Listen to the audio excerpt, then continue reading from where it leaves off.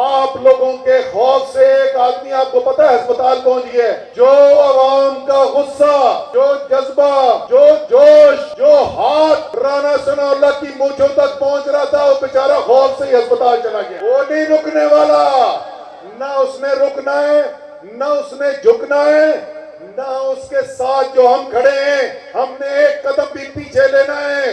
کھڑے رہیں گے، ڈٹے رہیں گے، نہیں جھکیں گے، مقابلہ کریں گے، ان کو ہرا کر دکھائیں گے. پتہ نہیں اب شہباز شریف کے نام سے لوگ جانتے نہیں ہیں، اس کو نہیں، چیری بلاسم کو تو جانتے ہو نا. بھاگا ہوا ہے، کدھر پہنچا ہوا ہے؟ اپنے بگوڑے بھائی کے پاس لندن پہنچا ہوا ہے. ڈرے ہوئے، کس سے ڈرے ہوئے؟ پاکستان کی عوام سے ڈرے ہوئے.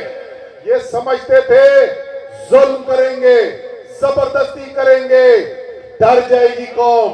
سب سے پہلے عادل پرویز، حافظ ممتاز، آپ کو آرے گلوں کو ہم شکریہ کر رہے ہیں، تو شہباز گل بھی اپنے دوست کا بھی کرنا چاہیے نا.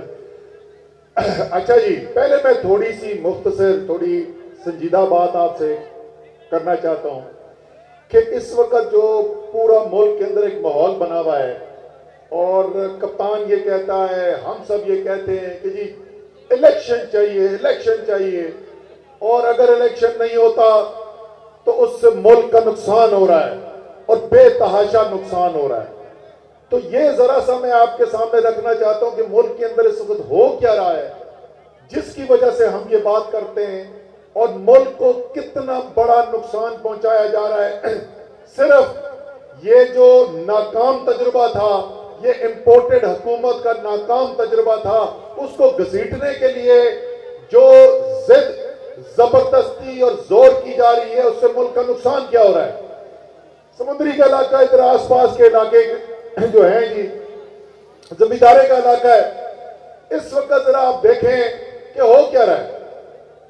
گندم کی فصل لگنے کے لیے جا رہی ہے، بجائی کا وقت ہے، اور حکومت یہ فیصلہ نہیں کر سک رہی کہ کتنا گندم کی سپورٹ پرائس ہم نے دینی ہے، کتنی قیمت پہ حکومت گندم لے گی جب یہ کاشت ہوگی اگلے سال.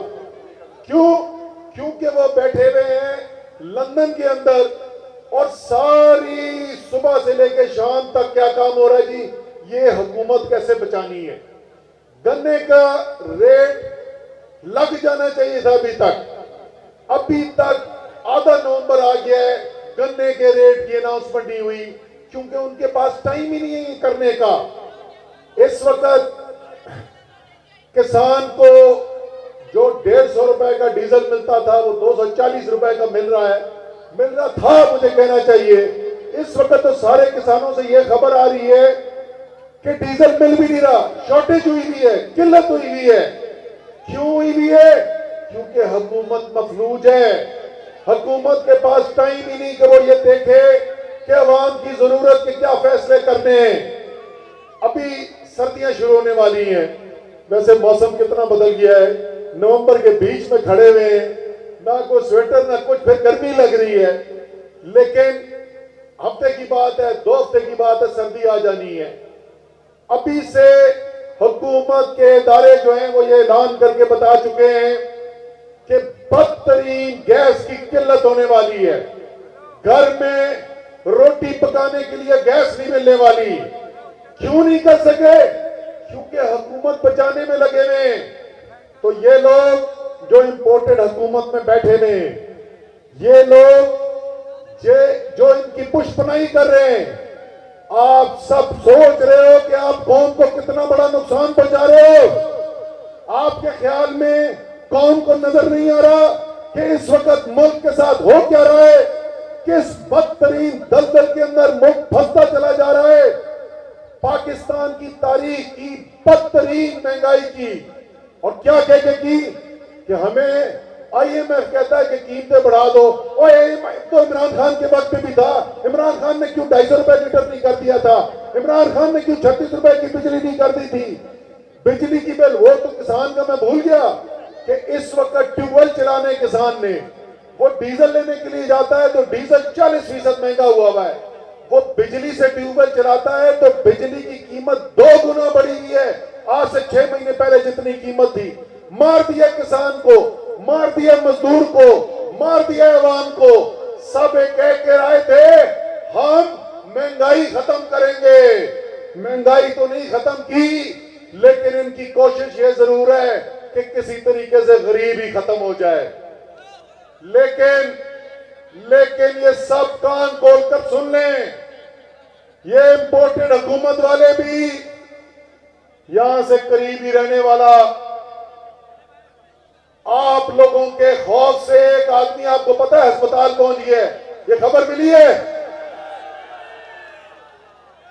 ادھر سمندری والوں نے, تانیہ والا والوں نے, جڑاوالا سے, فیصلہ آباد سے جو عوام کا غصہ, جو جذبہ, جو جوش, جو ہاتھ رانا ثناءاللہ کی مونچھوں تک پہنچ رہا تھا, وہ بیچارہ خوف سے ہی ہسپتال چلا گیا. لیکن ہم ان کی طرح ظالم لوگ نہیں, ہم اللہ تعالیٰ سے ڈرنے والے لوگ ہیں. ہم بلے شاہ کی بات سننے والے لوگ ہیں. دشمن مرے تو خوشی نہ کریے, سجنا بھی مر جانا. تو ہم دعا کرتے ہیں اللہ تعالیٰ صحت یاب کرے رانا ثناءاللہ کو, لیکن ساتھ ساتھ ہم یہ بھی دعا کرتے ہیں کہ اللہ تعالیٰ اس کو ہدایت بھی دے, بندے کا پتر بھی بنا. لیکن چاہے رانا ثناءاللہ, شہباز شریف, پتہ نہیں اب شہباز شریف کے نام سے لوگ جانتے نہیں ہیں, اس کو نہیں, چیری بلاسم کو تو جانتے ہو نا, بھاگا ہوا ہے, کدھر پہنچا ہوا ہے, اپنے بگوڑے بھائی کے پاس لندن پہنچا ہوا ہے.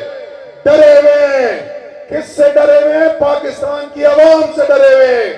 یہ سمجھتے تھے ظلم کریں گے, زبردستی کریں گے, ڈر جائے گی قوم, خفیہ نمبروں سے کال کر کر کے دھمکیاں دیں گے, شہباز گل کو اٹھا لیں گے, تشدد کریں گے, اعظم سباتی کو اٹھا کر اس پر تشدد کریں گے, ارشد شریف کو دھمکیاں دیں گے, عمران ریاض خان کو دھمکیاں دیں گے, صابر شاکر کو دھمکیاں دیں گے, چودھری غلام حسین کو گرفتار کریں گے, اور جب کوئی نہیں مانے گا تو ارشد شریف کو شہید کر دیں گے, قتل کر دیں گے. یہ سمجھتے تھے کہ لوگ پھر بھی ڈرے. سمندری ڈرے ہو, یہ نہیں ڈرنا. اچھا پہلے ترانہ زبردست بنایا ہے, لیکن ایک تصحیح کرتا جاؤں. وہ کہتے خان کو جو روکے گا, وہ خان نو روکنے والا پیدا ہی نہیں ہوا, وہ نہیں رکنے والا. نہ اس نے رکنا ہے, نہ اس نے جھکنا ہے, نہ اس کے ساتھ جو ہم کھڑے ہیں ہم نے ایک قدم بھی پیچھے لینا ہے. کھڑے رہیں گے, ڈٹے رہیں گے, نہیں جھکیں گے, مقابلہ کریں گے, ان کو ہرا کر دکھائیں گے. اب یہاں سے نکلنے کا ٹائم ہو رہا ہے, کیونکہ ایک مقابلہ میلبرن میں بھی شروع ہونے والا ہے. انشاءاللہ تعالی آج میلبرن میں پاکستان ورلڈ کپ اٹھائے گا. سچ ہے کہ نہیں ہے؟ انشاءاللہ تعالی. اور اس کے بعد جیسے ہی کپتان نے کال دی ہے پنڈی اسلام آباد کے لیے, تو وہاں پر بھی پاکستان کی قوم نے کپ اٹھانا ہے. تیار ہو سمندری والوں؟ پہنچو گے خان کی کال پر؟ پکا ہے, حلفیہ ہے. انشاءاللہ تعالی اگلی ملاقات اسلام آباد, پاکستان.